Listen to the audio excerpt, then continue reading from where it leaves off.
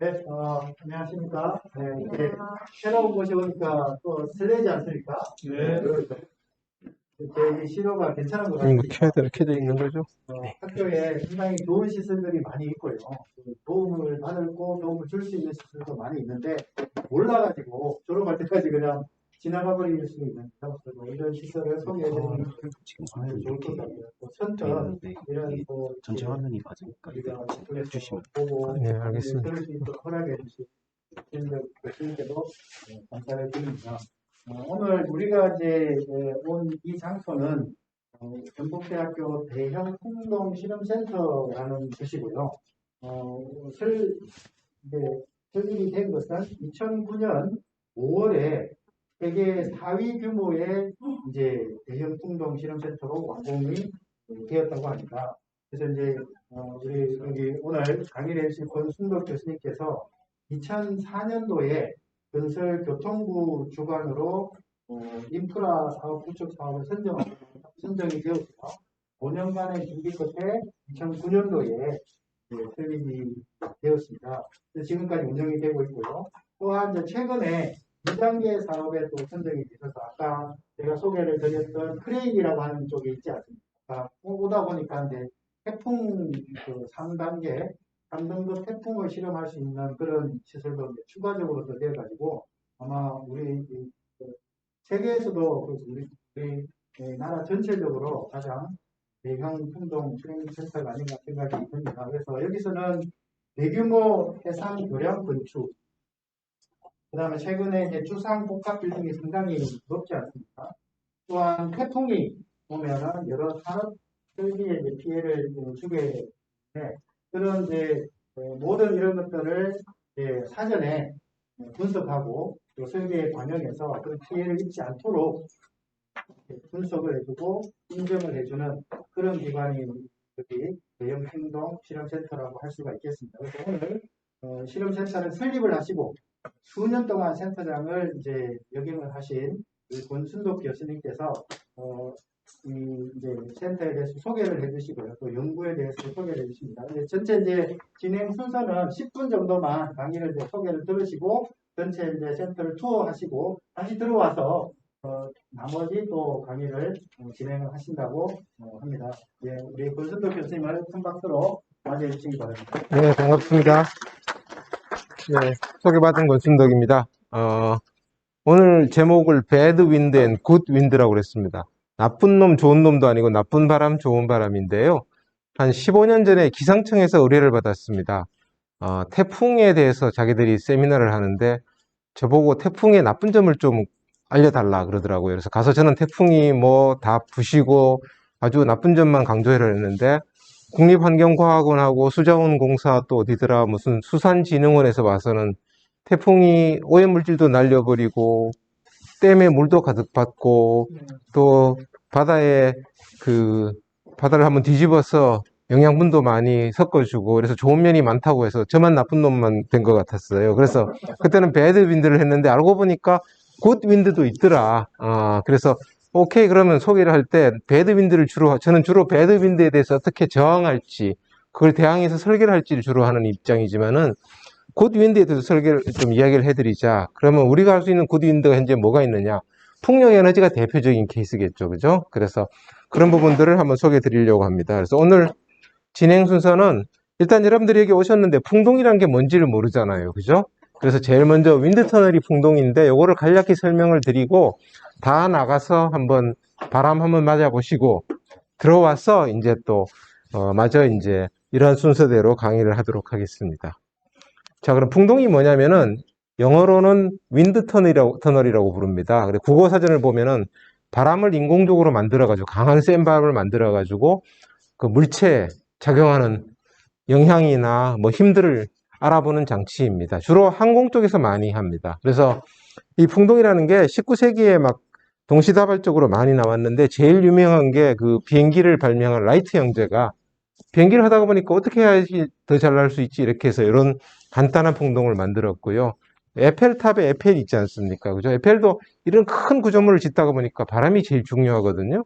그러면 어떻게 할지 해갖고 에펠이 이렇게 이런 큰 풍동을 만들어 가지고 바람을 만드는 장치를 만들어서 건물 모형을 넣어가지고 영향이 어떤 게 많은지를 이제 정량적으로 공학적으로 평가를 하기 시작했습니다. 그래서 그러면 이제 이 풍동 실험이란 건 아까 말한 대로 인공적으로 만드는 장치인데, 이제 실물을 시험할 경우도 있지만 실물을 시험하는 경우가 상당히 작습니다. 그렇게 작은 실험 장치가 무작정 크실 수는 없으니까요. 그죠? 대부분 아주 거대합니다. 예를 들면 항공에 쓰이는 보잉 747 같은 경우는 날개 길이가 80m, 끝과 끝이 80m 정도 됩니다. 저만한 80m짜리를 넣을 수 있는 실험 시설은 없어요. 그리고 여수에 있는 이순신 대교 같은 경우는 약 2.3km 됩니다. 그러니까 그대로 넣을 수는 없으니까 어떻게 하냐면 이걸 축소를 합니다. 이렇게 여기는 지금 부산에 있는 부산타워입니다. 용두산 공원이라는 곳에 있는데요. 한 150m 정도 되는데 요거를 실험을 해야 되는데 어떻게 하느냐 그러면 전체를 집어넣을 수 없으니까 요거를 한 200분의 1 정도로 줄입니다. 그럼 한 1m 정도로 만들어요. 만들 때 이제 모양도 줄이고 질량도 줄이고 강성도 줄이고 다 줄이는데, 그냥 줄이는 게 아니고 상사법칙이라는 물리법칙이 있습니다. 그걸 적용해 가지고 이렇게 축소를 시킵니다. 축소를 시킨 다음에 여기서 이제 모형에서 작용하는 힘도 재고, 뭐 변이도 재고, 여러 가지 진동도 재겠죠. 그죠? 측정한 값을 다시 또 상사법칙에 적용시켜서 원래로 환원을 시킵니다. 그러면은 실제 이 원형의 타워가 얼마만큼 힘을 받고 있는지를 우리가 환산을 해낼 수가 있는 거예요. 실험적으로. 그죠? 그래서 이런 모형, 실험 제창의 원형 모형과 축소 모형 사이에서는 상사법칙이라는 엄격한 물리법칙이 있어서 그걸 적용시켜서 이렇게 실험 결과를 처리하고 있습니다. 그런데 풍동은 실험은 두 가지 많이 하는데요. 비행기는 굉장히 풍속이 높습니다. 그 대신에 크기는 토목이나 건축 구조물에 비해서 굉장히 작죠. 그죠? 그래서 크기는 작은 대신에 풍속이 높아야 돼요. 항공용 풍동들은 크기는 작은 대신에 굉장히 높은 풍속을 해야 되고, 그 다음에 건설용 풍동은 워낙 크니까 아무리 줄여도 제한이 있겠죠. 그래서 모형이 엄청 큰 모형을 넣을 수 있는 공간이 있어야 되고, 그 대신에 모형을 이만큼 줄였으니까 바람도 따라서 줄여야 되겠죠. 그죠? 바람은 안 줄어드는 게 아니니까 바람도 똑같이 줄어드니까 풍속은 높일 필요가 없더라. 이런 특성을 가지고 있습니다.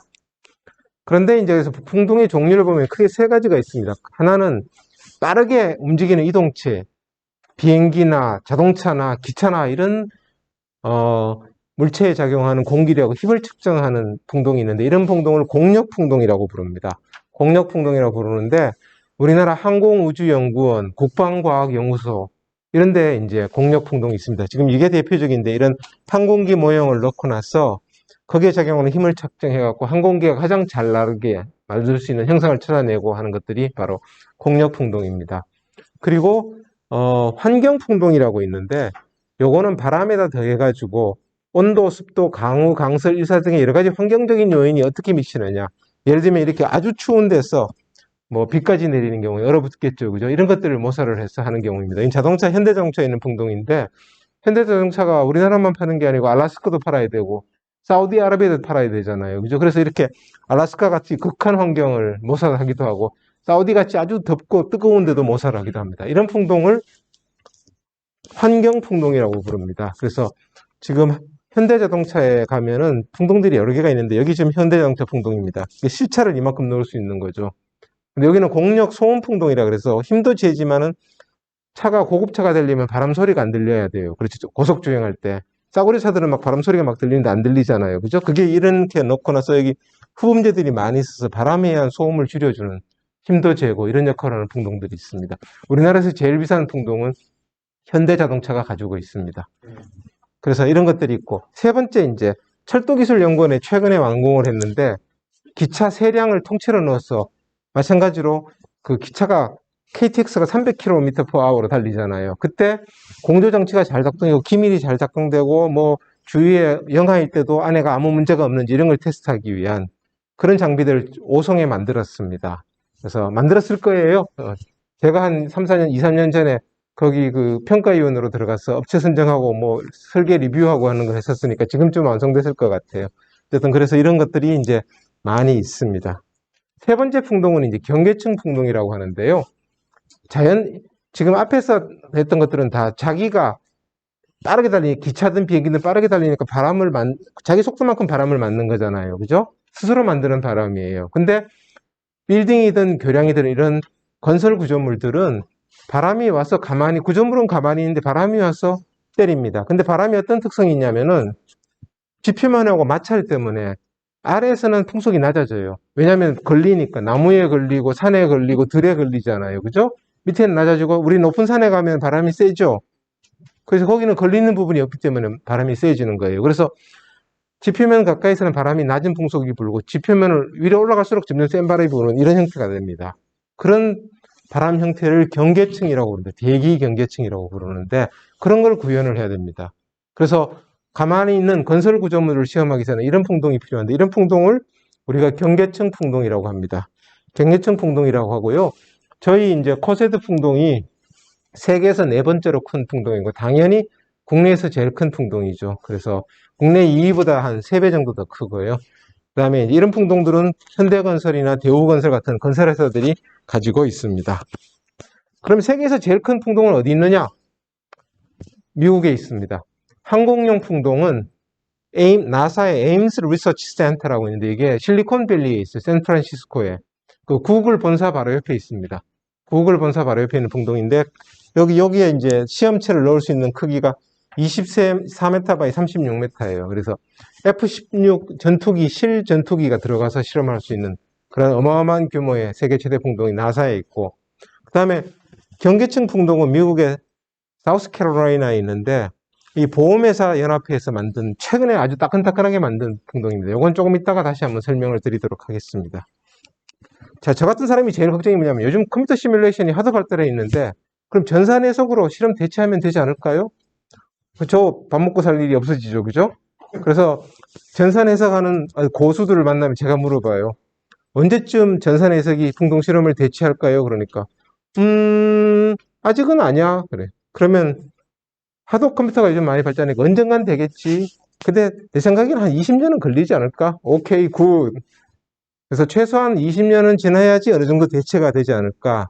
뭐 이런 전산 해석을 하는 고수들이 그런 말을 하더라고요. 그래서 아직까지는 당연히 이런 실험에 의한 방법으로 해석이 이런 평가를 이루어지고 있고 뭐 실험을 대체할 만한 만큼 아직 전산 해석이 그런 기술이 도달하진 않더라.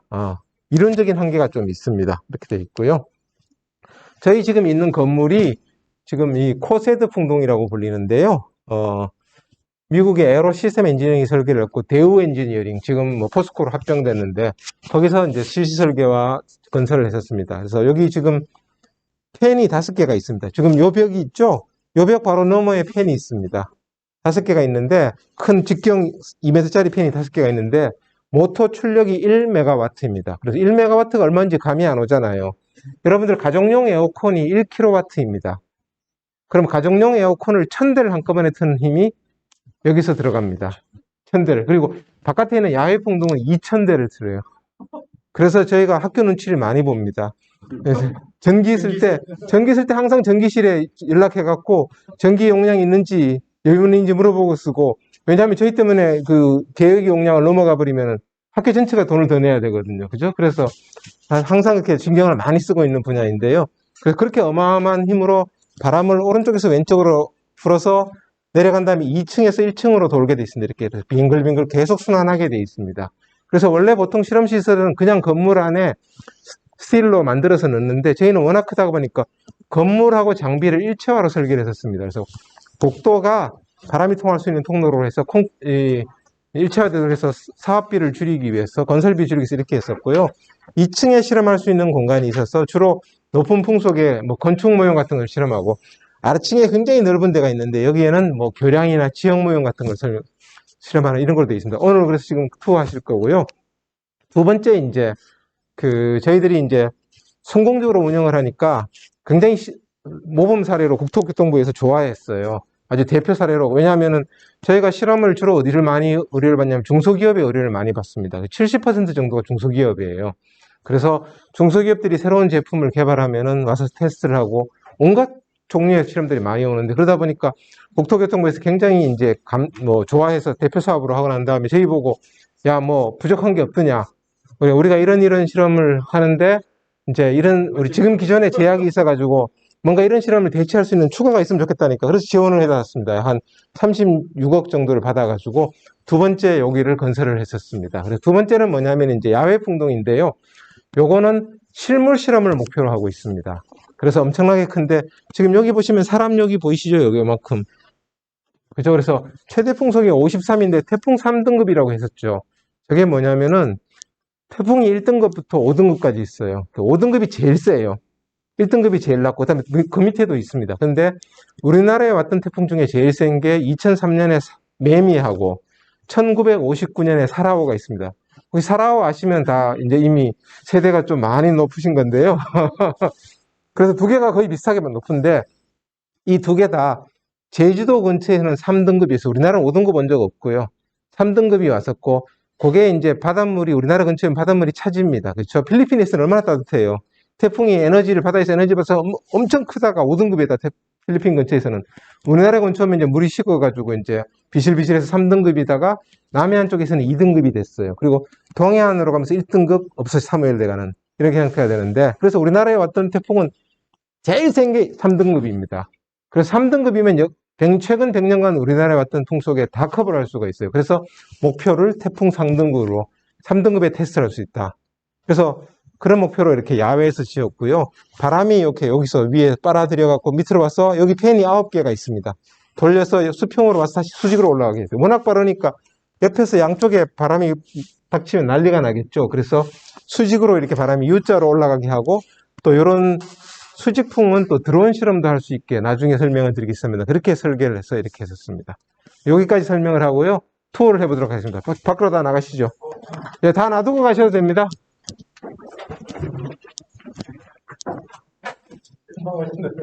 그냥 목표부터 하시면 됩니다. 자, 건물 밖으로 나가시면 됩니다.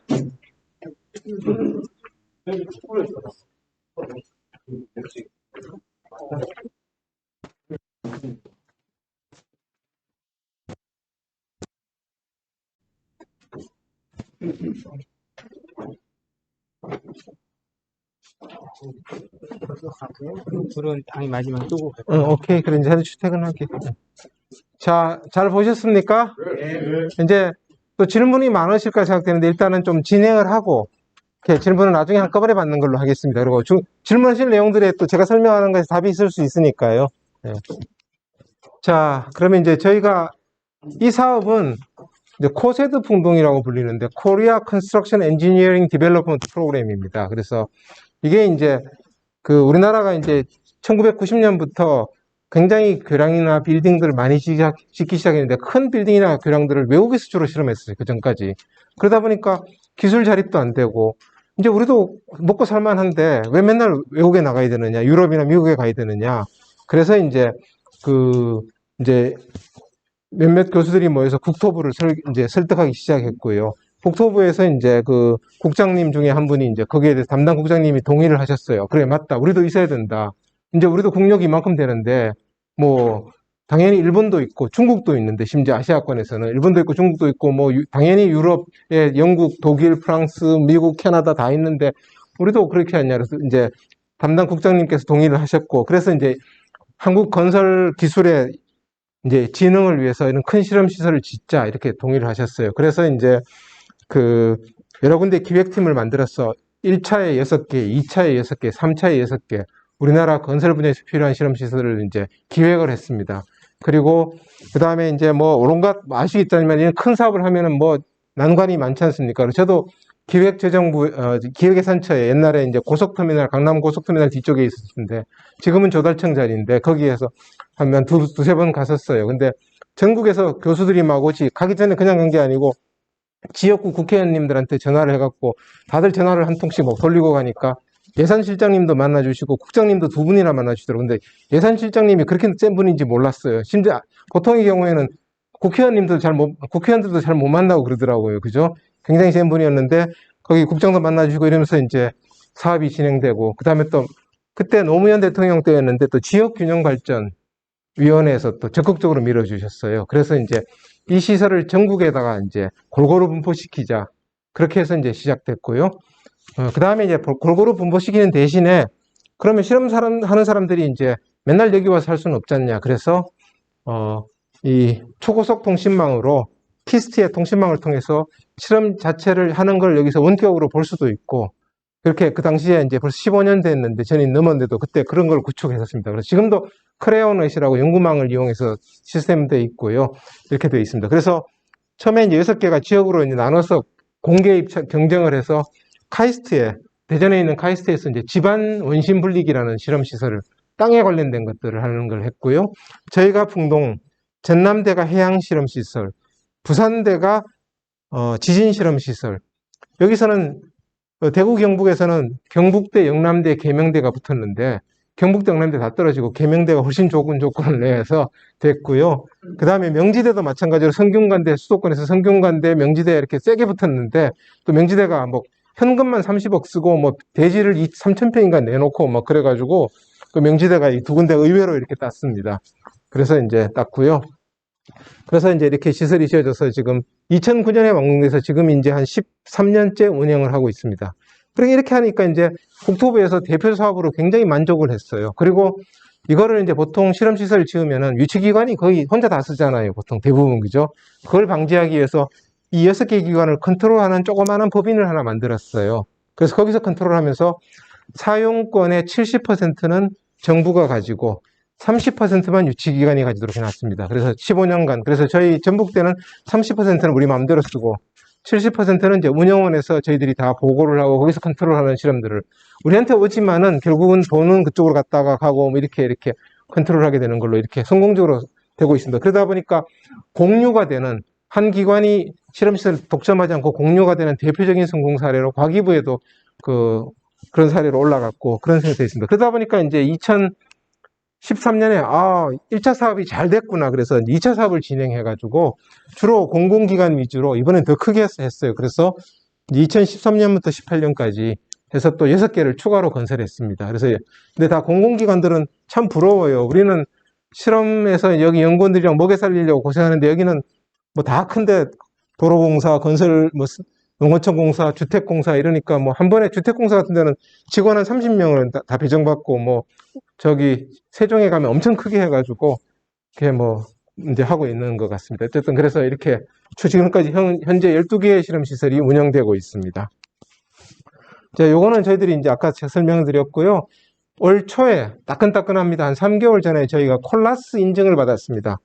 혹시 콜라스라는 게 뭔지 모르는 분을 위해서 설명을 드리면은 국제공인 시험기관입니다.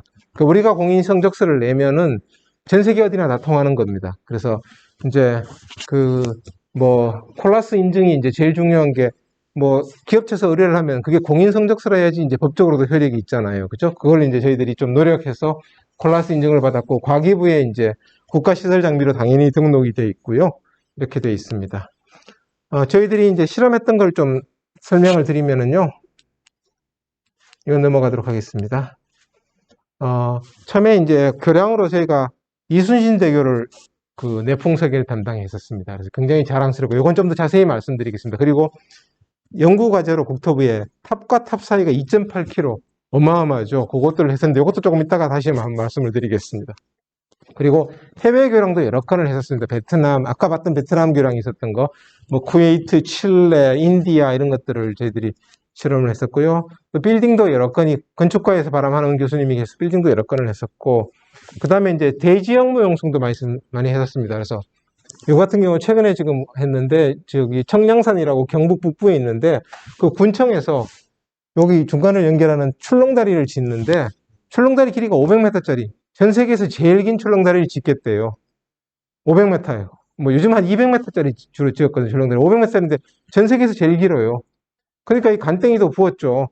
그래갖고 하는데, 그러니까 너무 기니까 이게 바람이 어떻게 되는지 모르니까 일단 지형 모형을 통해서 여기 바람이 얼마 정도 풍속이 불지를 이렇게 예측을 하는 실험들을 먼저 했었습니다. 그래서 이런 걸 했었고요. 그 다음에 이제 중소기업들이 풍력발전기를 이상한 걸 많이 만들어 와요. 그래서 성능이 제대로 나오는지 테스트 해보려고 이렇게 이제 와서 바로 세워놓고 막 시험해보면 출력이 나오는지를 알 수 있으니까요. 그죠? 근데 결론을 말씀드리면 잘 나오는 걸 아직 하나도 못 봤습니다. 이제 보통 중소기업이니까 풍력발전들이 사장님이 전기를 전공하시는 분이 사장님인 경우에는 전기는 잘 나와요. 근데 자꾸 변형이 커져. 막 부서질 것 같아. 도저히 안 돼서 실험을 중단해야 돼요. 사장님이 기계 전공인 분이 만들어 오면 잘 돌아가.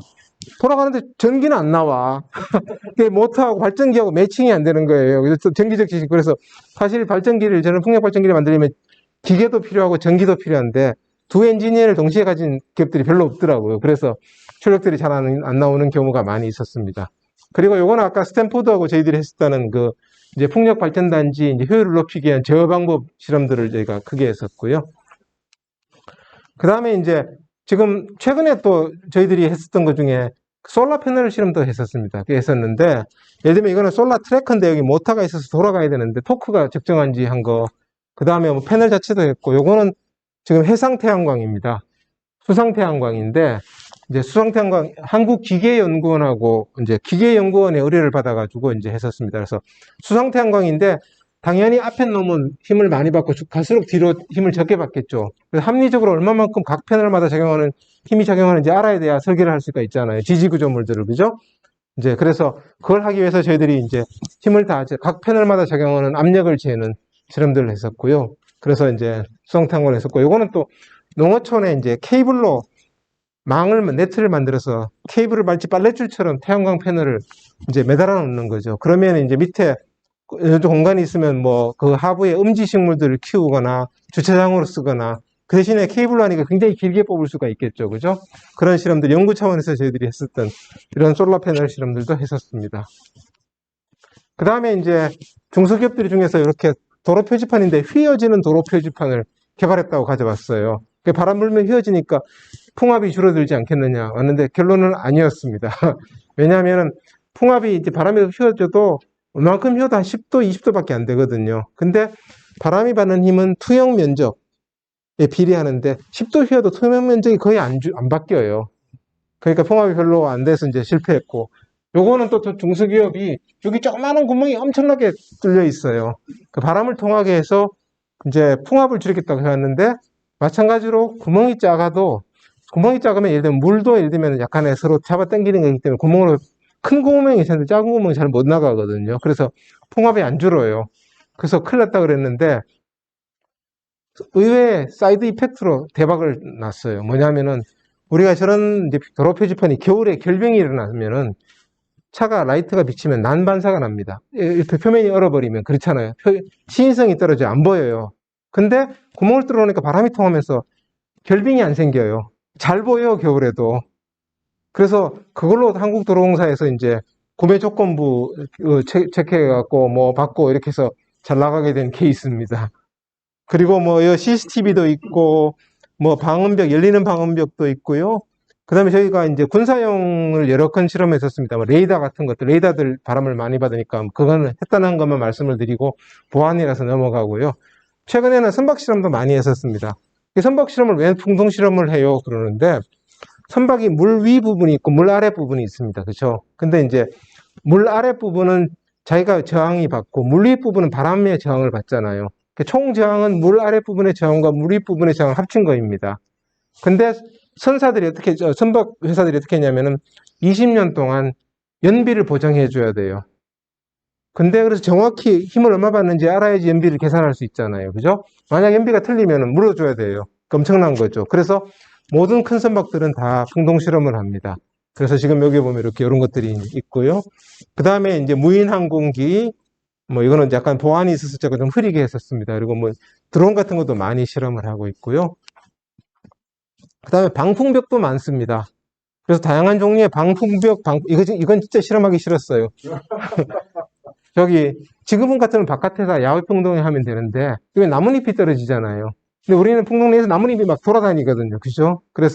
근데 어쨌든 뭐 할 수 없이 해달라 그래서 방풍림인데 수종별로 얼마만큼 바람을 막는지 뭐 이런 것들을 알아보겠다고 농대 교수님이 이제 요청하셔가지고 이렇게 한번 했었고요. 이거는 방풍 목책이죠. 그죠? 목책도 있고, 요거는 뭐 건축 조형제인데 이렇게 돌아가는데 바람이 불면 돌아가게 외부에 설치하는 건데, 건축가가 설계를 해놓고 보니까 설치를 했는데 안 돌아가면 어떡하지? 갑자기 가슴이 철렁한 거예요. 그래서 한 펜을 들고 와서 해놓고 바람이 불면 돌아가는지 뱅글뱅글 돌아가는지를 테스트하는 실험을 한번 했었습니다. 그리고 뭐 병렬 케이블도 있고, 이게 무슨 실험이지 생각하실 텐데, 꼬이지 않는 태극기 개발 실험입니다. 그 생산기술연구원에서 이제 정부의 행정안전부의 용역을 받아서 한 건데, 경부고속도로 가다가 보면 고속도로에 굉장히 높이 있고 엄청 큰 태극기가 있잖아요. 그놈들이 꼬이는 경우가 종종 있나 봅니다. 그럼 어떻게 해야 되니까 누가 기어 올라가서 그걸 풀어야 돼요. 큰일이에요. 그죠? 큰일이에요. 그게 자주 일어나니까 그 행자부에서 꼬이지 않는 태극기 좀 개발해달라. 자기들 아마 그게 수십 개가 있나 봐요. 그런 게 관리해야 되는 게. 그래서 이제 그 두 팀이었는데, 한 팀은 이제 섬유하는 사람들이 이게 잘 안 꼬이고 풀리는 섬유 재질을 개발하고, 또 기계하는 사람들이 여기에 또 고리 구조를 개선해갖고 안 꼬이게 하는 거였는데, 결국 우리한테 들고 와서 이제 이렇게 안 꼬이는지를 테스트하는, 검증을 해야 되니까 성능들이 맞는지를, 그런 실험도 했었고요. 그 다음에 요거는 그 자동차 사고 났을 때 뒤에 세우는 겁니다. 그 현대자동차에 납품하는 건데, KS 규정에 의하면 18m/s까지 이놈이 넘어지거나 흔들리지 않아야 됩니다. 그래서 지금 보면 이거 아스팔트, 콘크리트 이렇게 마찰에 따라 달라지겠죠. 그죠? 그걸 다양하게 해가지고 현대자동차에 납품하는 사람들이 와가지고 이제 실제로 바람을 불고, 현대자동차 엔지니어들이 몇 명이 와서 지켜보고 해서 인증을 해서 우리가 콜라스 인증서를 발급해가지고 이 사람들이 이제 현대자동차에 납품을 할 수 있게 돼 있고요.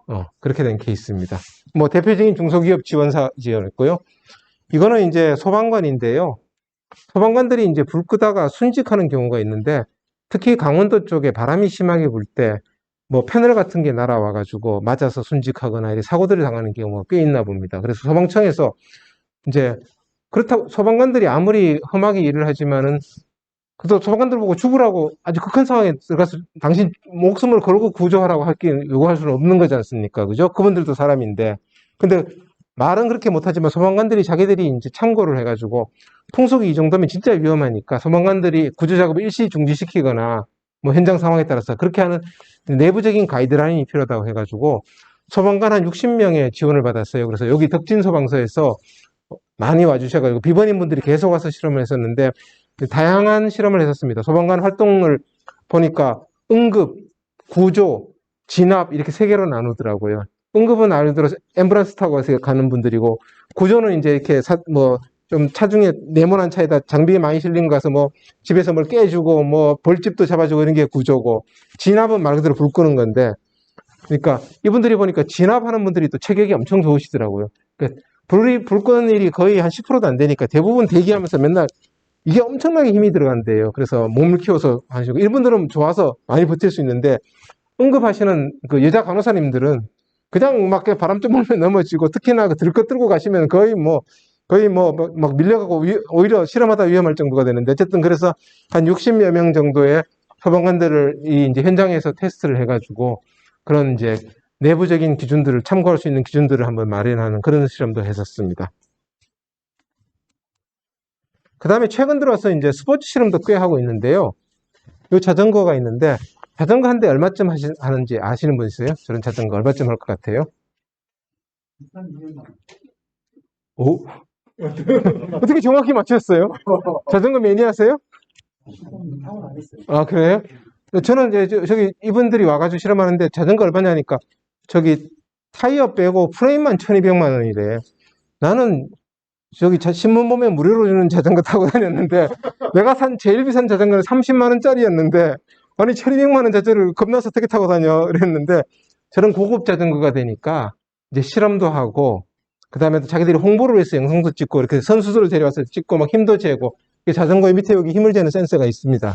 설치해서 저렇게 했고요. 그래서 자전거 이제 저 회사가 위즈 이런 회사 있나요? 위아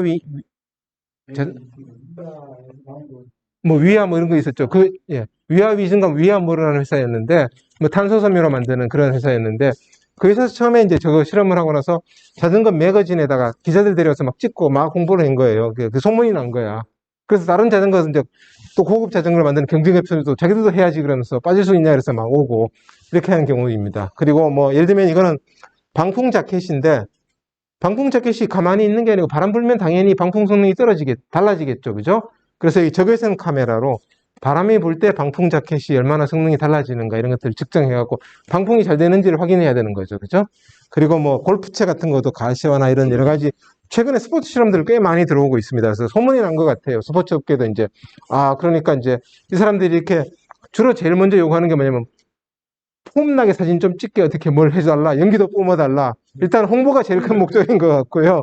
폼나게 사진 좀 찍게 뭐 해달라는 게 많고, 어쨌든 그 다음에 기술적인 것도 있지만 일단 현재 단계로는 그래서 스포츠적 실험들을 많이 하고 있는 상황입니다. 그 다음에 산업 쪽에서도 예를 들면 뭐 바이프렉이나 이런 케이블 트레이 같은 것들이 바람에 의해서 탈락되거나 뭐 흔들리거나 이런 것들이 없는지도 자주자주 이렇게 그 실험을 애들이 오고 있습니다. 그 다음에 그렇게 실험하다 보니까 앞에서 말씀드렸듯이 도로 시설물 같은 것들이 실물 인정을 못하고 있어요. 그래서 이런 건 여러 가지가 있는데 이런 실험들이 우리가 필요하더라. 그래서 국토부에서 이제 예산을 지원해줘서 우리가 그 새로 야외 풍동을 만들게 됐습니다. 그래서 지금 아까 보셨죠? 이렇게 우리 이승호 박사 있었는데 예, 총 9개 팬이 있고요. 에어컨 2000대가 돌아가는 힘을 사용하고 있습니다. 그래서 지금까지 실험한 사례 보면 여기 무인기, 이게 아니고, 여기 무인기 이렇게 실험도 있고, 멀티콥터도 있고요. 요거는 간판입니다. 5개 간판, 노출 간판. 그 다음에 여기 신호등인데 전주에 있는 업체인데 제가 이름을 까먹었는데요. 원래 기존 스틸로 만든 그 신호등인데 그 사람들이 탄소섬유로 이제 만든 신호등을 해서 두 개를 동시에 해갖고 똑같이 보여주겠다.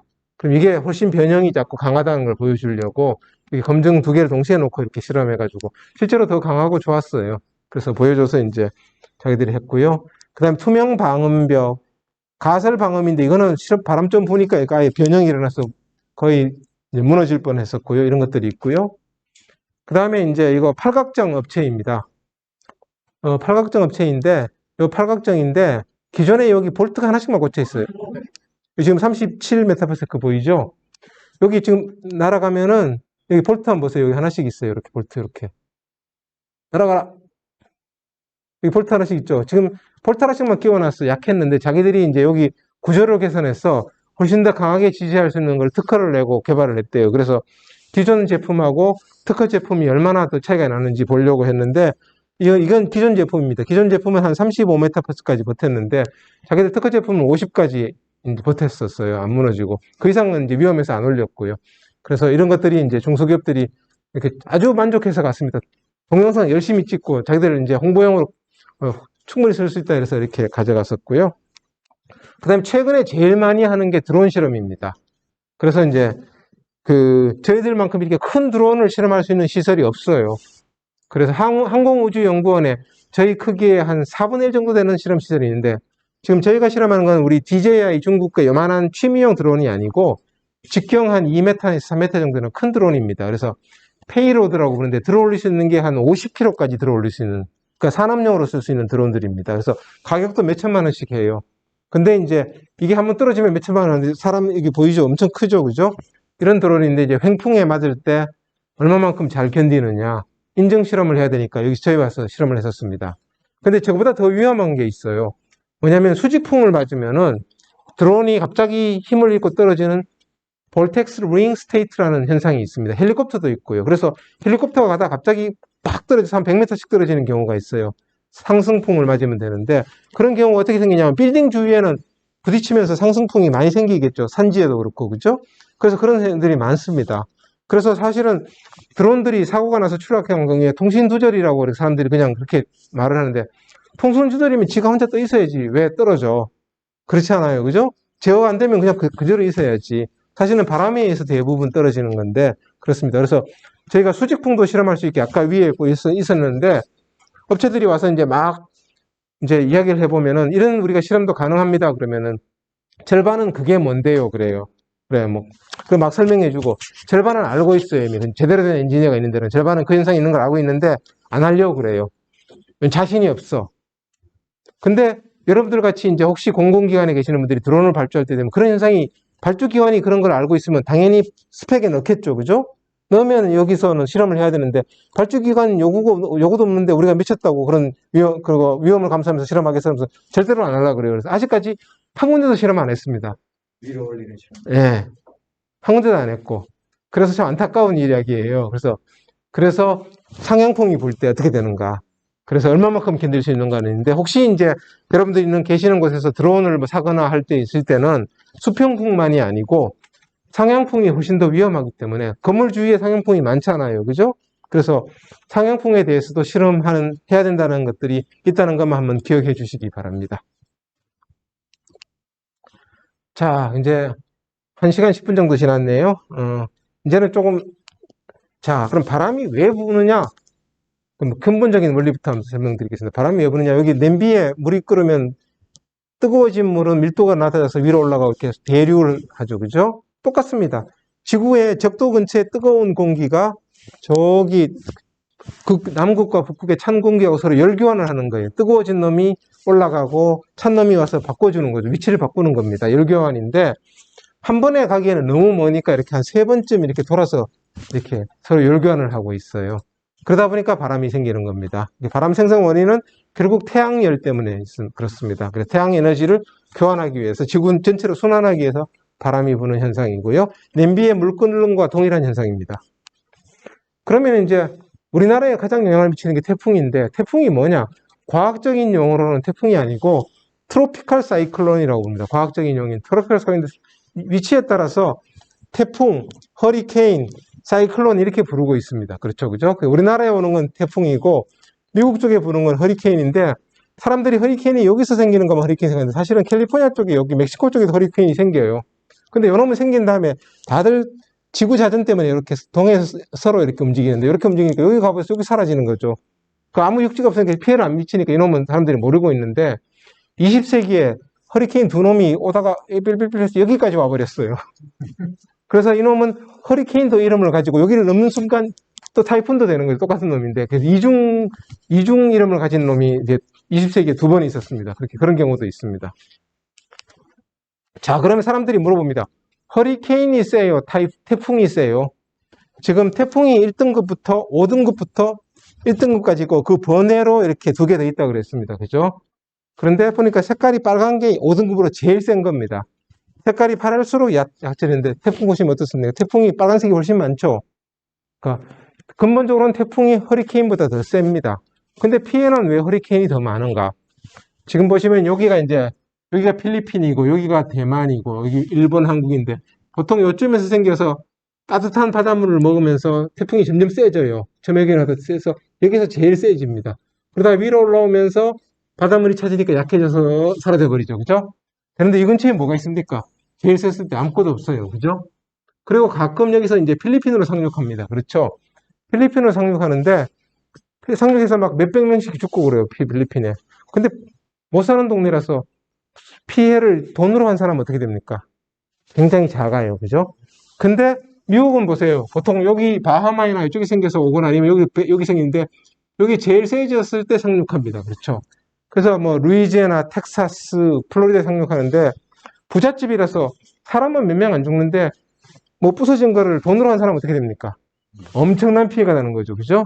그래서 허리케인이 뭔가 되게 피해를 많이 주는 것 같지만은 부잣집에 그런 사람만 깨도 남들 다른 집 이제 쌀떡 하나 깨진 것만큼 피해를 주는 거니까요. 그죠? 그래서 그런 경제적으로 환산했을 때 피해가 크다는 것을 말씀을 드리고 싶습니다.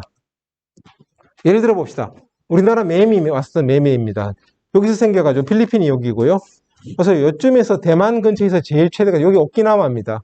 오키나와 근처에서 제일 최대가 있는데 여기 아무것도 없잖아요. 그죠? 뭐 오키나와가 있긴 하지만 걔들 하도 당해갖고 거기는 잘 대비가 돼 있어요. 그다음에 올라오다가 바닷물이 차지니까 점점 약해져서 사라졌습니다. 근데 여기는 보니까 카트리나예요. 플로리다 바로 밑에서 생겨서 점점 커져서 빵창 대빵 커진 다음에 루이지애나 상륙했죠. 그러니까 여기 박살이 나는 거죠. 그죠? 그래서 이렇게 돼 있습니다. 뭐 우리나라에 온 바람에 대해서 이제 논란이 많은데 이거는 태풍 매미, 요건 사라의 중심 기압입니다. 거의 비슷해요. 두 개가 거의 비슷한데 사라는 바람 풍속은 없는데 매미 같은 경우에는 한 지상 1km 위의 풍속인데 보시면은 제주도 근처에서는 대강 한 40여 메타, 남해안 쪽에서는 한 30여 메타 정도 이렇게 불었던 거고요. 사람들이 맨날 여기 이제 고산에 대해서 말을 하는데 제주도에 있는 고산에 대해서 풍속이 60이라고 그래서 막 60 이상 된다고 하는데 고산은 아주 특별한 경우입니다. 제가 옛날에 그래서 고산을 한번 가봤어요. 고산 기상대를 가보면은 태평양 쪽에 면한 절벽 위에 한 1-200m 되는 절벽 위에 꼭대기에 바로 풍속계가 있습니다. 그 바람이 부딪혀서 어떻게 됩니까? 엄청 할증이 되는 거죠. 그래서 같은 한 10여 킬로밖에 20km밖에 안 떨어진 제주 시내에서는 40이었는데 고산은 50이죠. 그죠? 그래서 한 20% 이상 할증이 된다고 보면 될 겁니다. 그래서 서귀포도 낮고요. 그래서 사람들이 이걸 보고 나서 엄청 막 이야기를 하는데 이건 사실은 국부적인 지형의 영향으로 할증이 됐기 때문에 중요한 게 아니다. 그러니까 공학적으로 저거는 보정해서 오히려 낮춰서 써야 되는 데이터입니다. 그대로 쓰면 안 되는 거고요. 그 다음에 이제 그러면 이걸 뭐 사람이 느끼는 감각하고 풍속을 비례할 수 있는 게 없나 해서 나온 게 뷰포트 지수라고 있습니다. 그래서 예를 들면 머리카락이 흩날린다. 그럼 대강 한 3에서 5m/s. 그리고 또 뭐 바람이 몸이 느껴진다. 10. 아까 여러분들이 말하는 게 한 요 정도죠. 그죠? 14에서 27 정도일 때 걸을 때 불편함이 느껴진다. 뭐 그다음에 20에서 24 되면 사람이 돌풍에 쓰러진다. 그래서 저희가 한번 25 정도 틀어보면 어떻게 되냐면 25m/s가 되면 이렇게 못 서 있습니다. 어떻게 하냐면 몸을 돌려서 바람 만들면 죽이려고 또 앞으로 이렇게 되면 중심을 옮겨서 이렇게 해야지 25에서 버틸 수가 있어요. 그래서 뭐 50, 60 이야기를 하는 사람들이 많이 있는데 50, 60에서 사람 아무도 거기 못 살아요. 다 죽어요. 심지어 차도 날려가요. 그죠? 근데 이제 막 너무 과하게 우리가 설계할 필요는 없잖아요. 그죠? 그렇게 돼 있습니다. 그래서 이제 뭐 태풍 떠나서 요즘 우리나라에 지진이 굉장히 이슈가 돼 있습니다. 경주 포항 지진 이후에 사람들이 지진에 대해서 겁을 많이 내는데, 자, 여기 보면은 멕시코 시티에 지진이 와서 이렇게 건물들이 막 부서진 거예요. 근데 잘 보면 재밌는 게 있어요.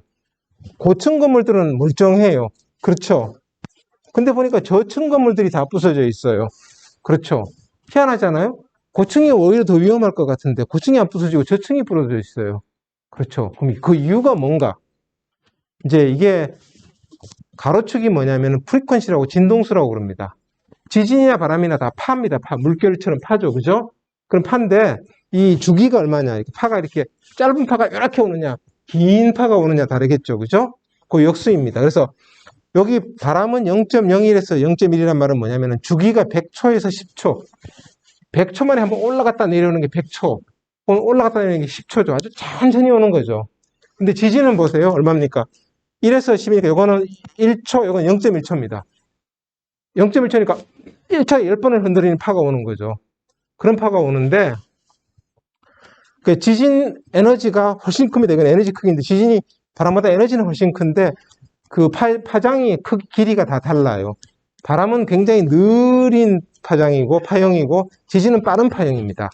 그런데 빌딩을 보면은 저층은 이 고유진동수라고 부릅니다. 이렇게 건물들이 자기가 흔들리는 주기를 다 가지고 있어요. 그래서 여러분들이 혹시 인터넷에 보면은 소프라노들이 해가지고 컵을 깨트리는 거 혹시 본 적 있으세요?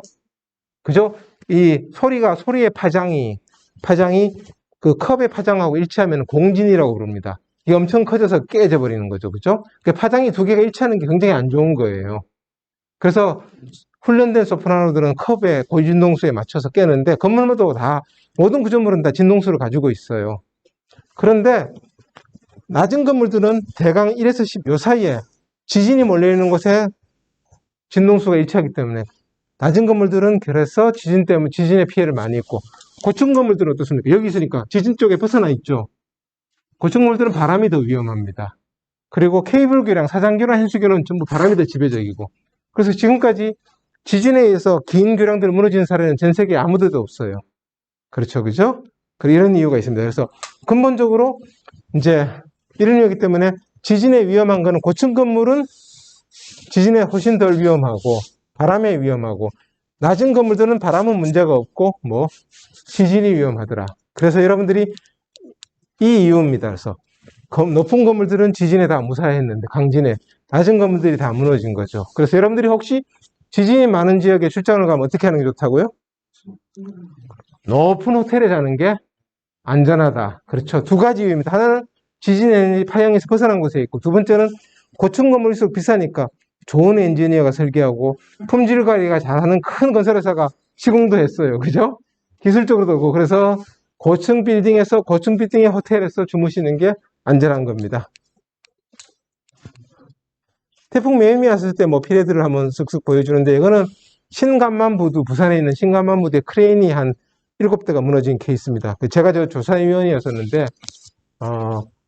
저기 설계사인 한진중공업 크레인 제작한 한진중공업 3분의 1 책임 그 다음에 저 콘크리트하고 부두를 만든 대우건설 3분의 1 책임 그 다음에 부두 운영사인 동부건설이 동부건설이랑 동부건설인가 그러는데 거기에 3분의 1 책임이었었어요. 그래서 이건 또 1시간 정도 제가 또 비하인드 스토리를 말씀을 드릴 수 있는데 지금 시간 관계상 안 되고, 그럼 왜 그렇게 됐느냐? 일단 한진중공업은 우리 해안항만 부두 설계 기준에 40m/s에 견디도록 설계라고 되어 있는데 그 40m/s가 10분 평균 풍속입니다. 근데 순간 풍속으로 이 사람들이 오해를 해서 기계 조선하는 분들이 설계를 해갖고 과소 설계를 한 거죠. 그래서 3분의 1 책임. 대우건설은 왜 책임이냐면 저기 이제 태풍시에 앵커를 고정을 시켜야 되는데 콘크리트의 구멍에다 볼트를 넣어서 고정을 시키는데 그 볼트가 몇 군데 뽑혀버렸어요. 그 볼트 깊이를 충분히 하지 않아갖고 그 시공불량이죠, 일종의. 그죠? 그래서 대우건설 3분의 1 책임. 그 다음에 운영사인 동부는 뭐냐? 동부가 초짜였어요. 이런 부두 운영의 처음이었어요. 그래서 여기에 부산에 부두가 여러 개가 있습니다. 경험이 많던 부두 운영사들은 하나도 피해를 안 입었는데 태풍이 오면은 잘 결박을 해야 돼요. 그리고 크레인도 이렇게 있던 놈을 이렇게 세워서 이렇게 하고 이렇게 태풍 회피 모드라는 걸 해야 되는데 이 동부가 이 부두 운영 경험이 없어가지고 제대로 결박을 안 한 거죠. 그래서 처음에 한 놈이 다 끊어지면서 가면서 두 번째 치고 세 번째 치고 그래서 6개가 다 레일을 타고 가서 7번째 놈한테 다 같이 한꺼번에 엎어져 버렸어요. 그래서 이렇게 3분의 1씩 책임이 나고, 그 다음에 그래서 뭐 한 500억 정도, 현물 가격만 500억 피해가 났고, 한 2년간 부두를 운영 못했습니다. 그래서 그 간접적인 피해는 훨씬 더 컸고, 그보다 더 했던 게, 세계적인 선사들은 이 스케줄을 굉장히, 한번 짠 스케줄을 잘 못 바꿔요. 그래서 머스크나 근데 문제는 뭐냐면 안 그래도 중국의 물동량이 많았어. 중국으로 옮겨 가고 싶어요. 그죠? 지금까지는 되면 한국에 온 다음에 여기서 큰 배가 와서 물건을 잘라서 중국에 산동도 보내고 상해도 보내고 저 밑에도 보내고 했는데 허브 역할을 했는데 중국의 물동량이 많으니까 굳이 한국에 할 필요 없이 중국에 하는 게 더 경제적이겠죠. 근데 한 번 짠 걸 못 했는데 이런 게 생기니까 어떻게 됩니까? 큰 국제적인 선사 2개가 허브 위치를 부산에서 중국으로 상하이로 텐진하고 상하이로 옮겨버렸어요. 그래서 한 번 가면 못 옵니다. 한국이 부산이 저렇게 물동량이 많아진 건 왜 그러냐면은 옛날 고베 지진이 있었죠. 1995년에. 고베가 원래 항구였는데 지진 나서 항구가 다 파괴됐어요. 그 바람에 그 사람들이 부산으로 대거 허브를 옮겼었습니다. 그런데 또 이런 일이 벌어지는 바람에 중국으로 넘어가 버린 거죠. 그죠? 그래서 참 안타까운 일입니다. 어쨌든. 그래서 그런 물류 시스템들은 굉장히 복잡하기 때문에 한번 셋업이 되면 불행한데 그래서 이런 사고들이 있었습니다. 자, 이거는 미국 사례인데요.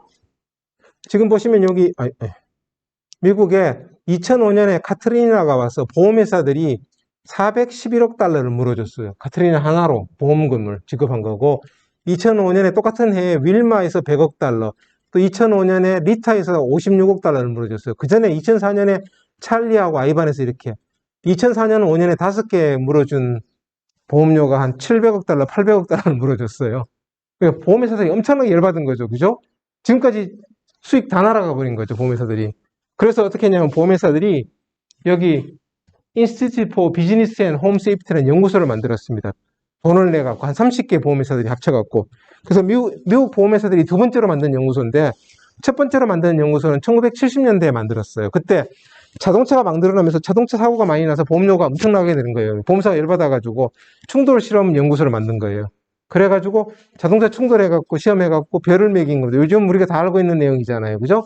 그래서 별표 낮게 받은 놈은 보험료를 많이 매기고 안전한 것들은 보험료를 낮춰주는 걸 해서 성공적이었어요. 그래서 지금 모든 자동차들이 다 신경 쓰면서 그렇게 하고 있습니다. 그래서 두 번째로 이 보험료를 엄청 물어주고 나니까 그래 우리가 또 바람에 약한 집들은 미국은 다 나무로 집을 짓습니다. 나무가 싸거든요.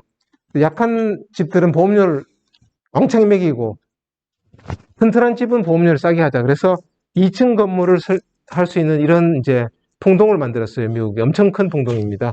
그래서 어떻게 했냐면은 지금 보시면 왼쪽 집은 일반 집이고 오른쪽 집은 보강한 집입니다. 철물로 쓰는데 왼쪽 집은 바로 이렇게 2층 집이 날아가 버리죠.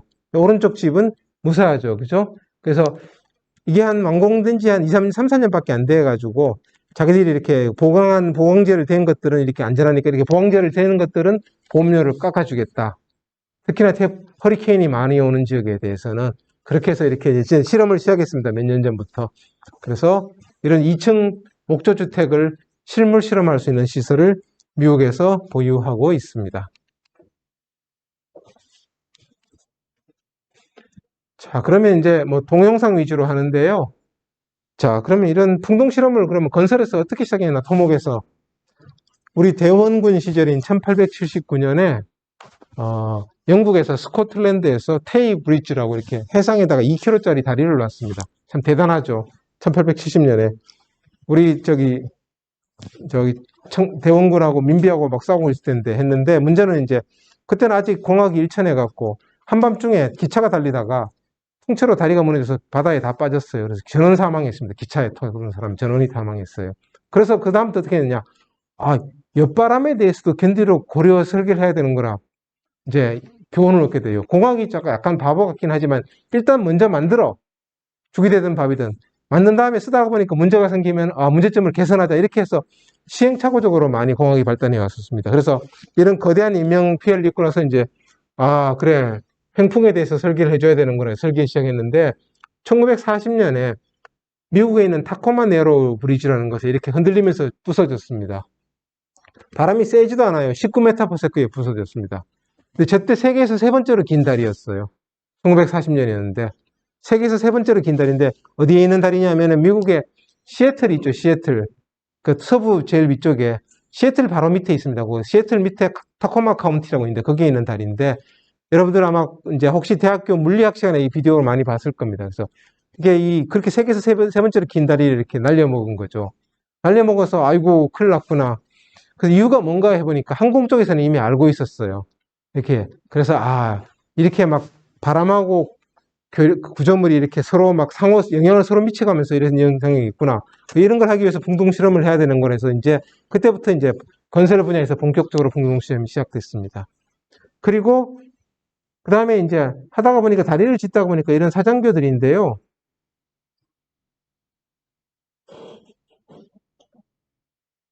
이거 왜 안 되냐? 안 돌아가네? 이유는 모르지만 안 돌아가네요. 이거는. 또 왜 안 되지? 동영상이. 야. 러시아에는, 네? 페이지를 넘기면 되죠. 페이지,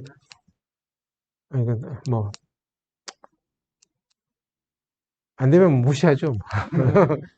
그 다음에 잘 안 되는데, 다 동영상인데 이게 지금 제 컴퓨터가 아니고 이렇게 여기로 카피를 했어요. 그러다 보니까 잘 안 돌아가는 게 있는 것 같습니다.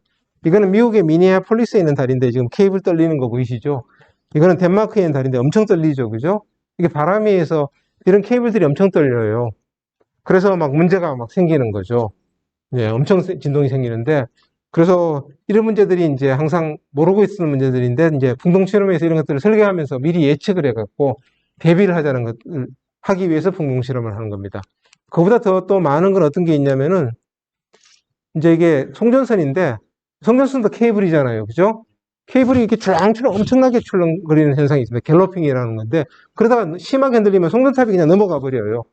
그래서 캐나다 퀘벡 지방에서 한 10여 년 전에 저렇게 해서 막 송전탑이 거의 다 넘어가서 사람들이 얼어 죽고 한 10여일 동안 복구가 안 돼서 난리가 난 적이 있습니다. 그래서 이제 이런 문제들이 이제 막 발생을 하고 있고요. 쿨링타워 같은 것들이 구수절 속에 팬 엄청 큰 게 노출된 것도 보이죠. 그죠? 이런 사고들이 자주 발생을 합니다. 그 다음에 이제 우리나라에서 부는 방안은 어떤 게 있느냐. 당연히 태풍이 가장 지배적인데, 그보다 조금 떨어지지만 좀 센 바람으로 팬이라고 있습니다. 여러분들 고등학교 때 팬이라는 거 들어보셨죠? 이제 강릉이랑 속초 이런 데 있는데 요즘 양간지풍이라고 산불 나면서 난리 난 거 있죠. 그죠? 양간지풍이 바로 팬 바람입니다. 근데 이제 저게 있고, 그 다음에 우리나라에도 토네이도가 있느냐 질문하시는 분이 있어요. 토네이도 있습니다, 우리나라에. 근데 우리나라에는 미국처럼 토네이도가 생길 만큼 넓은 평지가 없어요. 그렇죠? 그래서 우리나라는 토네이도가 바다에서 생겨요. 근데 이게 굉장히 저기압이기 때문에 막 엄청난 저기압이 빨아당기는 거기 때문에 바닷물이 빨대처럼 이렇게 쫙 빨려 올라가요. 이게 바닷물입니다. 그래서 멀리서 보니까 용이 승천하는 것 같더라. 그래서 옛날 사람들이 이걸 보고 뭘 보라고 그러냐면 용오름이라고 불렀어요. 그래서 가끔 가다가 이렇게 바다에서 생긴다는 토네이도, 용오름이 육지로 상륙하는 경우가 있습니다. 제가 박사를 받고 한국도로공사에서 잠시 근무를 했었는데, 그때 이제 서해대교 현장에 지어지고 있었는데요. 서해대교 현장에 5월 5일 어린이날에 이 용오름이 바다에서 상륙해서 여기 서해대교 주탑에 있던 이런 크레인하고 슬리폼을 때려버려서 이게 망가진 사진입니다.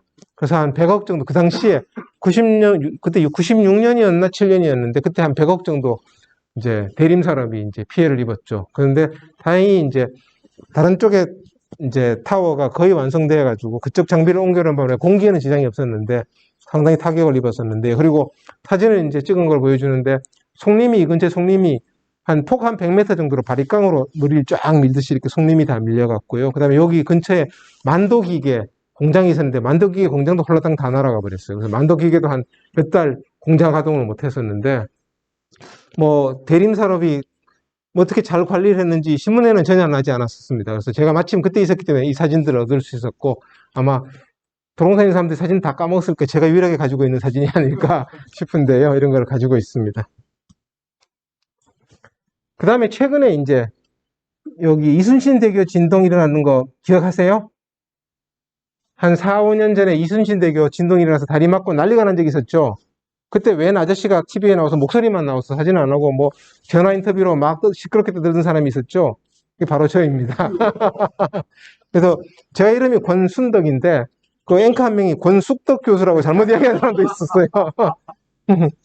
어쨌든 간에 이 다리는 제가 처음부터 끝까지 바람을 관련된 내풍 설계를 했기 때문에 잘 알고 있는데, 그래서 이제 저녁 한 6시쯤 되는데 현장에서 전화가 왔어요.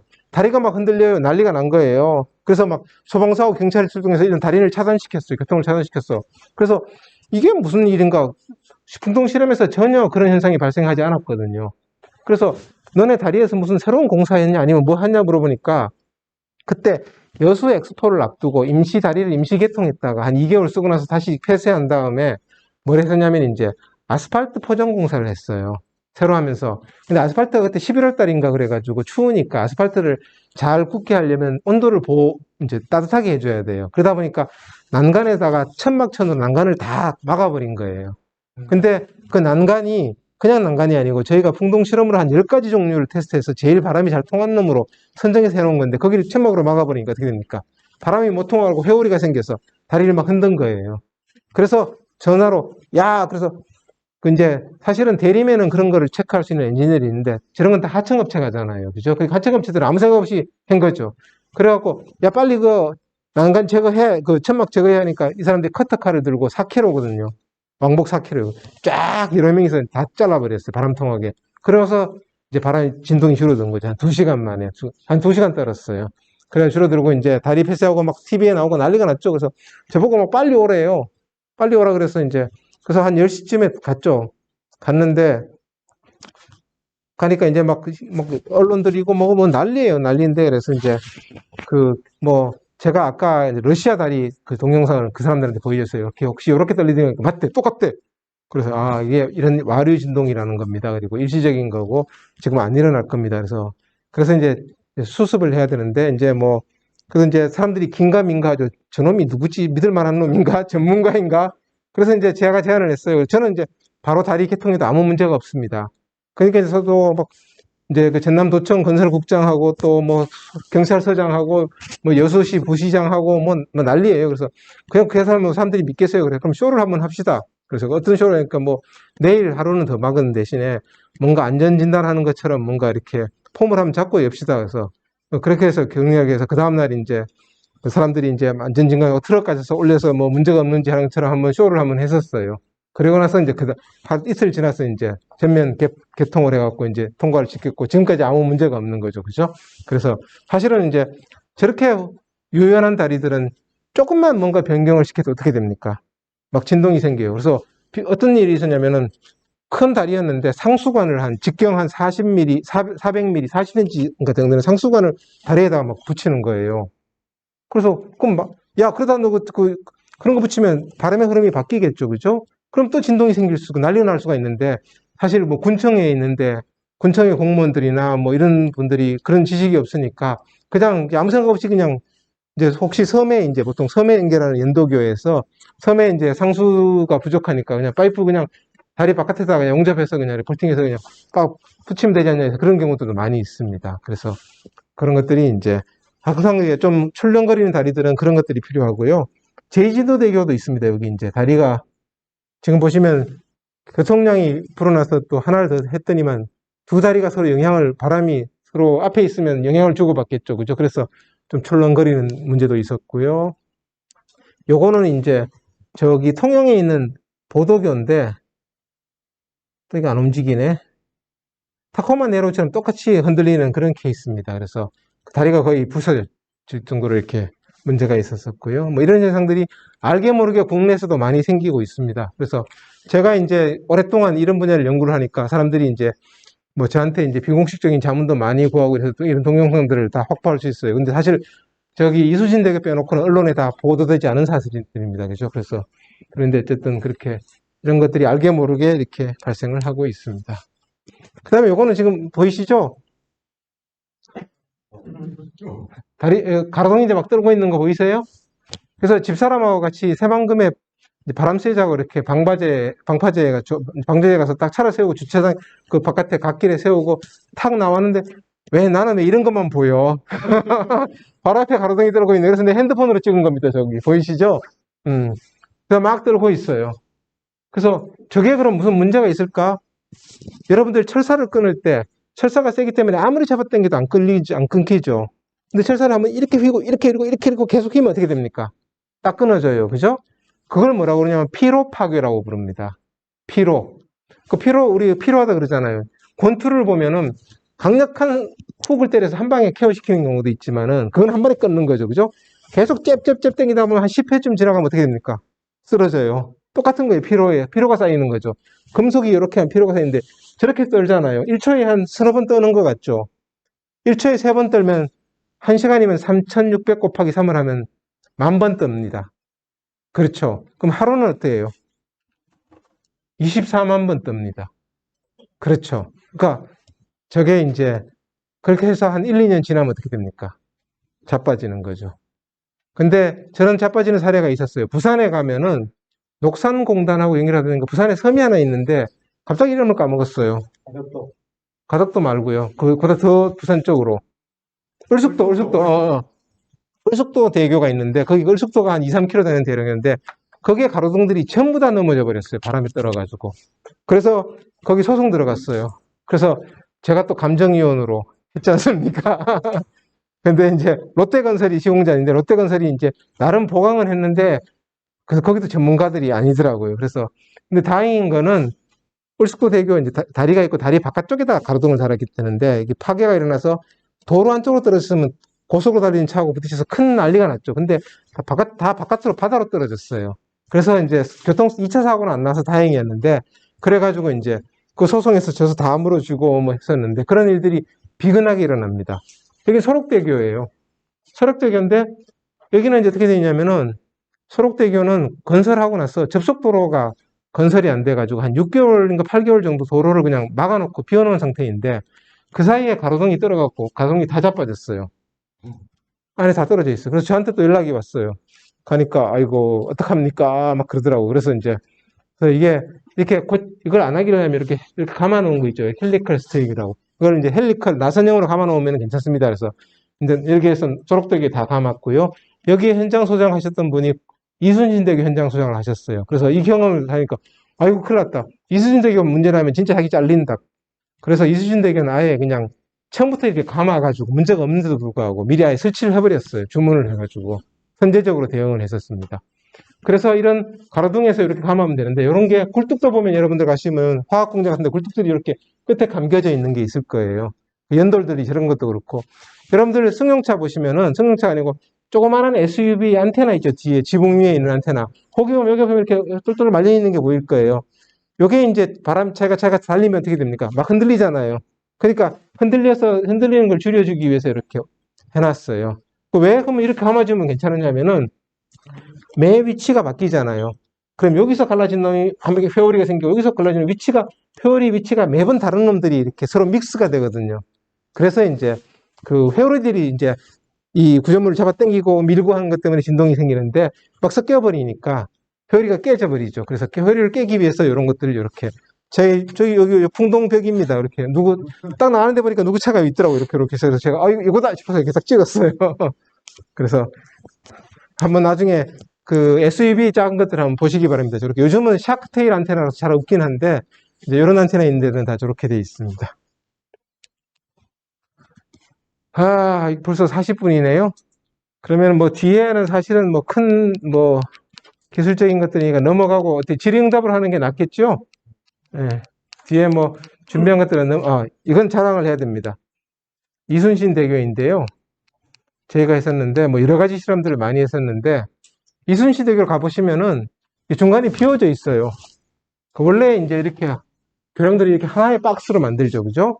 근데 이순신 대교는 워낙 길다가 보니까 도저히 기준을 만족 못해요. 그래서 구멍을 뚫었어요. 그럼 어떻게 하면 이제 유리하냐면은 윗면하고 아랫면에 압력차가 진동을 만듭니다. 여기 압력이 있고 여기 압력이 다르면 어떻게 됩니까? 압력이 서로 불균형이 일어나면 잡아당기거나 밀거나 하면서 진동이 생기겠죠, 그죠? 근데 구멍을 뚫어놓으면 바람이 통하니까 압력이 많이 해소가 돼요. 그래서 이렇게 이제 설계를 했고, 그 다음에 이제 저희들이 막 형상을 바꾸면서 실험해가지고 막 했는데 마지막에 여기 점검차 레일이라고 있습니다. 밑에 이제 워낙 기니까 페인트 칠도 하고 이런 거 하기 위해서 이렇게 레일을 따라서 이렇게 점검차가 움직일 수 있는데 이걸 설치하니까 힘이 30%가 증가를 해요. 그래서 함부로 설치하면 안 된다는 게 바로 그겁니다. 이거 얼마 안 돼 보이잖아요. 이렇게 이런 거 하나. 이게 30cm by 30cm 아이빔인데 30cm로 요만한 아이빔인데 그거 하나 설치했다고 힘이 30% 증가를 해요. 그래서 저희들이 요거를 요 속에 매립을 했어요. 매립을 하니까 힘이 줄어들더라. 그래서 바깥에 상수관 같은 거 이렇게 함부로 달면 어떻게 됩니까? 교량의 안전에 심각한 영향을 줄 수 있어요. 그래서 이게 최종적인 모양입니다. 중간에 그래서 이순신대교 지나가시다 보면 여기 중간에 비어 있는 거 보실 겁니다. 바람 통로를 중간에 만들어 놓은 겁니다. 그런데 이제 저희가 그래서 이순신대교를 이렇게 성공적으로 설계를 하고 그 다음에 국토부에 이제 프로젝트를 받아서 2,800m짜리 탑과 탑 사이가 이런 도전적인 과제를 수행했었습니다. 그래서 단면을 새로 개발했었는데 이제 저희들은 모르고 있었는데 이제 대림산업하고 SK건설이 터키의 차나칼레 브리지라는 곳에 저희 단면을 가져가다 입찰을 했습니다. 그래서 땄어요. 그래서 요즘 조감도 보시면 그래서 이순신대교랑 차나칼레랑 어떻습니까? 거의 똑같죠, 그죠? 땄어요. 딴 다음에 이제 설계서는 조금 바뀌었습니다. 이제 외국 설계서를 쓰면서 좀 바뀌었긴 했는데, 그래서 뭐 저희들은 한편으로는 시원섭섭하더라고. 시원은 뭐냐면은 저희가 개발한 단면을 국가 연구 과제니까 뭐 누구든 우리나라 사람이 쓰는 건 문제는 없어요, 그죠? 그래서 써줘서 저는 세계에서 제일 긴 교량입니다. 지금 그래서 그러니까 시원한 거는 맞는데 섭섭은 또 좀 국물이라도 좀 나눠주지. 그 국물도 없었어요. 그래서 우리가 그래도 개발한 건데 국가의 지적 자산이 있더라도 국물도 없냐. 디자인 특허를 그러게 말입니다. 그래서 요즘 제가 왜 특허 낼 게 그렇게 많았는데 사실 오늘 특허청 심사관 교육을 제가 낮에 2시간 했었어요. 그러면서 이제 이 비슷한 걸 막 설명을 했는데 그러면서 막 생각하는 이거 진작에 특허를 출연해야 되는데 발표 안 하고 6개월 이내에 특허 출연 안 하면 안 되더라고요.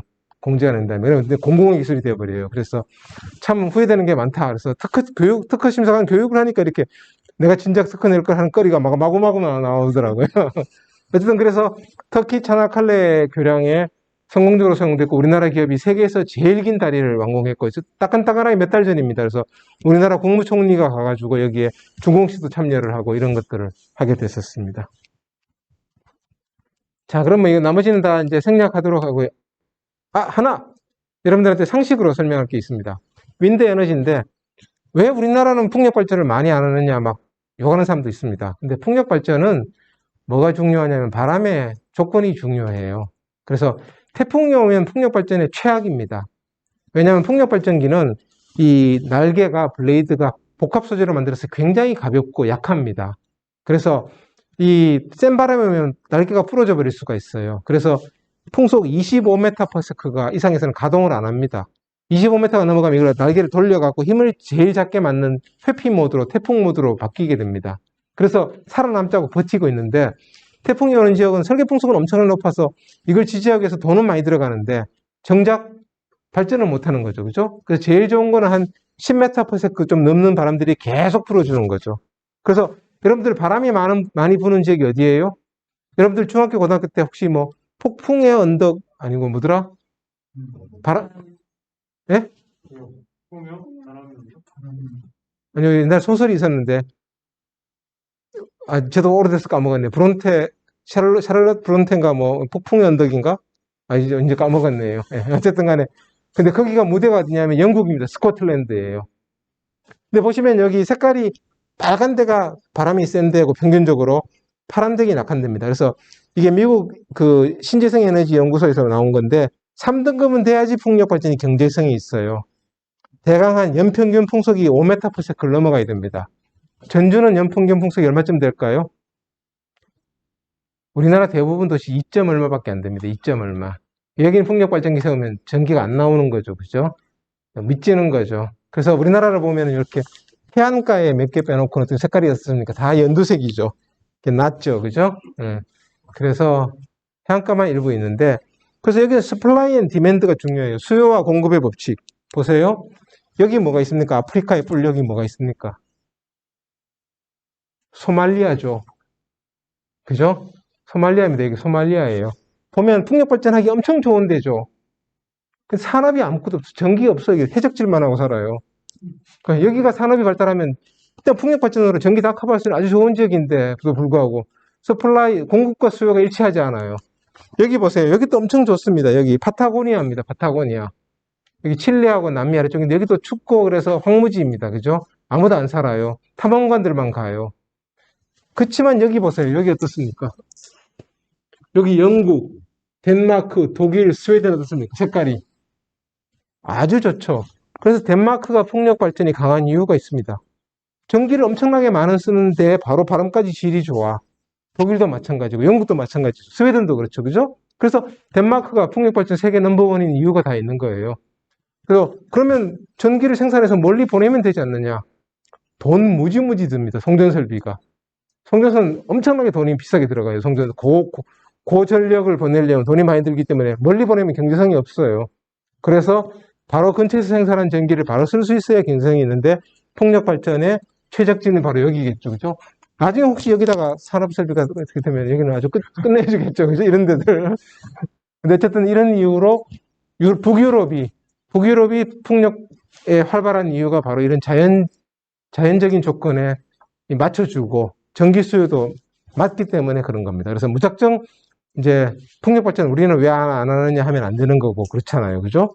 남들은 1이라는 돈을 쓰고 전기를 얻는데 우리는 한 10이라는 돈을 써야지만 유사한 전기를 얻으면 그건 비경제적인 거니까요. 그런 문제들이 있습니다. 자, 이런 것들이 있고요. 그래서 이제 사람들이 궁금해하는 사항인 것 같아서 제가 한번 이런 세계 풍력 자원 지도를 한번 말씀을 드렸었습니다. 이상 발표를 마치겠습니다. 자, 이제 질문 응답을 하도록 하겠습니다. 뭐 궁금한 사항 있으면 기탄 없이 말씀해 주십시오. 아까 앞에서 그 태극기 두 종류 중에 어떤 게 안 꼬였나요? 와이어하고 그 섬유하고. 두 개 동시에 적용했습니다. 아니 그둘 다 꼬이지 않았나요? 아니요, 그러니까 제 말은 둘 다 하나 따로따로 한 게 아니고요. 와이어하고 그 다음에 이제 천하고 동시에 적용한 거 있습니다. 따로따로 두 개 구분하지 않고 같이 적용한 제품들이 있습니다. 둘 다. 그 적용을 했었을 때 둘 다 안 꼬였나요? 그 어떤 게 이제 안 그러니까 꼬인. 하나만 따로따로 한 거 아니고요. 제품을 두 가지 기술을 다 적용해서 하나를 만들었습니다. 예, 예. 그러니까 안 꼬이던가요? 예, 덜 꼬였습니다.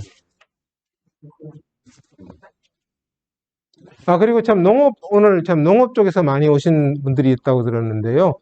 저희가 이제 뭐 초창기에 아까 시작하면서 말씀을 드렸는데 저희도 이제 다양한 분야의 이 시설을 활용하면 좋겠습니다. 그래서 농업 쪽에 그 미국 쪽에서는 그런 연구가 많이 있습니다. 뭐 과수라든가 뭐 작물들의 바람이 쓰러지는 거나 이런 것들을 뭐 농업은 아니지만 저희한테 어려운 업체 중에 한 군데가 어떻게 있냐면은 옥상에다 큰 나무를 이제 화분으로 심는데 그래서 나무를 심어놓고 옥상에 올리면 바람이 불면 넘어질 수 있잖아요. 그죠? 그래서 첫날 바로 심자마자 심은 상태에서 실험을 해서 얼마 정도에 넘어지는지 보고 6개월 후에 뿌리를 내린 다음에 화분을 통째로 들고 와서 심은 다음에 또 보고 이런 것도 하는 경우도 있었습니다. 그랬고 그 다음에 농업시설물들을 아까 야외풍동에서 좀 한쪽 부분만 자르면 직접 실물 실험도 가능하기 때문에 어느 정도 바람에 대해서 이 농업시설이 견딜 수 있는지도 알 수 있을 거고요. 그 다음에 뭐 방풍 뭐 펜스 같은 경우도 뭐 과수나 이런 데 설치할 수 있는 방풍 펜스 같은 것도 그 저희가 도로공사에 의뢰를 받아서 방풍벽을 개발한 적이 있었습니다. 도로 저기 대관령 쪽에 가면은 계곡 터널 계곡이 되지 않습니까? 그런 데는 차가 지나가다 바람이 일어서 위험한 적이 있죠, 그죠? 그걸 방어하기 위해서 거기는 굉장히 긴 구간을 설치해야 되기 때문에 최우선이 뭐냐면은 싸게 해야 된다, 무조건. 두 번째는 바깥이 어느 정도 보여야 된다. 그 두 가지 조건을 걸었어요. 그래서 저희들이 다양한 조건으로 그런 것도 해봤는데, 이런 방풍 펜스 종류나 방풍 메쉬 같은 것들도 개발도 가능하고요. 뭐 여러 가지 응용 분야가 있을 수 있을 것 같습니다. 저도 잘 모르지만은 뭐 예를 들면 드론 같은 경우는 농약을 살포하는데 살포하는 게 바람이 불 때는 당연히 목표한 지역에 안 떨어지고 또 벗어날 수도 있는 거고, 드론 자체 그 위험성뿐만 아니고 살포되는 영향도 어느 정도 고도일 때, 어느 정도 풍속일 때는 어느 정도 각도에서 살포를 해야 최적이 될 수 있는지 이런 것들도 평가를 할 수 있을 거고요. 다양한 응용 분야가 있을 것 같습니다. 많은 이용을 부탁드립니다. 예. 초기에 그 상사업체를 말씀하셨는데요. 예. 콘크리트 뭐 구조 개선 또 거기 뭐 철근도 들어갈 텐데 그걸 또 비율을 축소해가지고 가볍게 나무로 하면 이건 본딩을 하게 될 테고 그 강도들이 정확히 그게 일치하지는 않을 텐데 비례적으로 네. 그런 데서 좀 오차는 어떻게 좀 이제 우리가 구조 해석을 할 때 이제 철근하고 콘크리트나 이런 디테일한 걸 못 사르지 않고 그걸 다 합쳐서 단면 이차 모멘트 이런 걸로 계산하지 않습니까? 그럼 이것도 마찬가지로 단면 이차 모멘트를 맞춰줍니다. 비틈 상수를 맞춰주는데, 아까 보시는 그 교량 모형들 보시면 끝으로 제가 설명을 안 드렸었는데 속에 보면 금속 바가 들어 있습니다. 그 금속 바가 그게 단면 이차 모멘트나 비틈 상수 같은 구조 특성을 맞춰주고, 바깥에 바람이 받으니까 바깥은 나무나 플라스틱으로 형상을 만들어주고, 그게 이중화 구조로 되어 있습니다.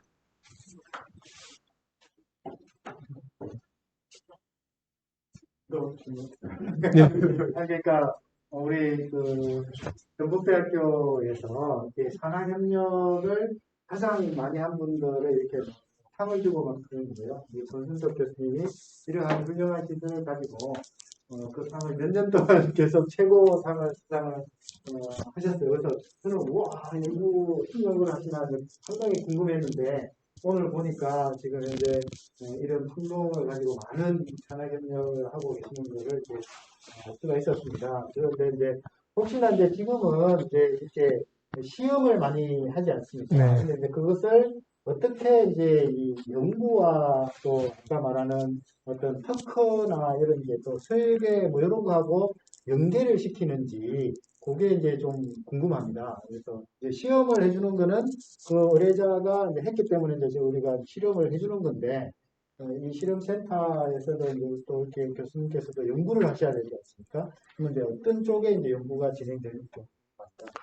네, 현재 이제 제가 주로 연구하는 분야는 요즘은 이제 풍력 에너지를 연구를 주로 하고 있습니다. 학술적인 쪽으로는요. 그래서 아까 말씀드린 뭐 제어 알고리즘도 있고, 뭐 풍력 에너지가 얼마 생길지 정확하게 예측하는 방법이라든가, 또 조그마한 센서에 전원을 공급하는 휴대용 조그마한 풍력 발전기라든가 뭐 이런 풍력 에너지 쪽의 연구를 하나를 하고 있고요. 요즘 하고 있는 주제를 말씀드리면, 두 번째는 또 수상 태양광을 연구를 시작했습니다. 우리나라에 수상 태양광이 많이 있는데 이게 바람과 파도를 동시에 받는 아주 그냥 극한적인 상황입니다. 그래서 파도는 또 바람이 일으키는 거예요. 그래서 그런 쪽에 이제 수상 태양광 연구를 본격적으로 시작을 했고요. 세 번째 테마는 요즘 이제 따끈따끈한데 아마 아직 프로젝트를 받지는 못했지만 받을 것 같습니다만은, 원자력 발전소에 관련해서 극한 재해 상황이 이제 발생했을 때, 원자력 발전은 워낙 피해가 크니까 이제 태풍이라든가 여러 가지 복합 극한 재해 상황에서 원자력 발전소의 안전성을 확보하기 위한 방안, 뭐 그런 것들을 지금 연구 차원에서는 하고 있습니다. 그리고 이제 그 앞에 질문에 대해서 사실 저희는 이제 어떤 연구소나 대기업하고 코업을 할 때는 굉장히 편합니다. 왜냐하면 저희들은 실험만 해주면 되고 나머지 뭐 계획이란다 처리나 분석이나 설계는 다 그런 엔지니어들이 하면 되는데, 문제는 이제 중소기업들이 왔었을 때는 그런 거를 해줄 수 있는 엔지니어들이 대부분 없습니다. 그러면 중소기업들은 이제 그걸 다 우리가 다 해주기를 요구하는 거죠. 그죠? 자기들의 기술 연구소 역할을 해주기를 원하는 데들이 많이 있습니다. 근데 우리는 이제 이 연구원들이 소수의 연구원들밖에 없는 상황인데 그런 기술 서비스를 해줄 만한 이제 여력도 안 되고 돈을 많이 주신다면 혹시 해줄지 모르지만 또 그분들이 그렇게 하지는 않은 상태이니까 그래서 참 딜레마인 경우가 많습니다. 그래서 사실은 이제 시설 규모로 보면 저희가 이제 연구원들이나 기능원들 숫자가 훨씬 많아야 되는데 제가 좀 이렇게 간이 작아가지고 이렇게 이만큼 키우지를 못하고 제가 최대한 충분히 이제 그 지원해 줄 수 있는 숫자만 하고 있기 때문에 아직 현재 5명만 근무를 하고 있습니다. 그러다 보니까 이제 혹시라도 이제 뭐 누가 거기는 뭐 다 안 해주더라 이런 욕이 들어오더라도 좀 양해를 부탁드리겠습니다. 저희들 실험만 하기도 좀 벅차요. 그런 상황입니다. 또 다른 질문 있습니까? 네. 그러면 조금 시간도 이제 조금 더 지났고요. 해서 우선 이제 우리 훌륭한 우리 학교 전국대학교의 자랑인 이 대형 풍동 실험센터를 기용을 했습니다. 이것은 우리 학교의 자랑이보다는 사실 우리나라의 어떻게 보면 자랑이라고 할 수가 있습니다. 그 연구를 잘 유치해 오셨고 또 이때까지 지금 10몇 년을 잘 유지해가지고 운영하고 계시는 교수님들 오늘 소개를 너무 잘해 주신 것 같습니다. 감사의 의미로 큰 박수를 보내드립니다. 감사합니다.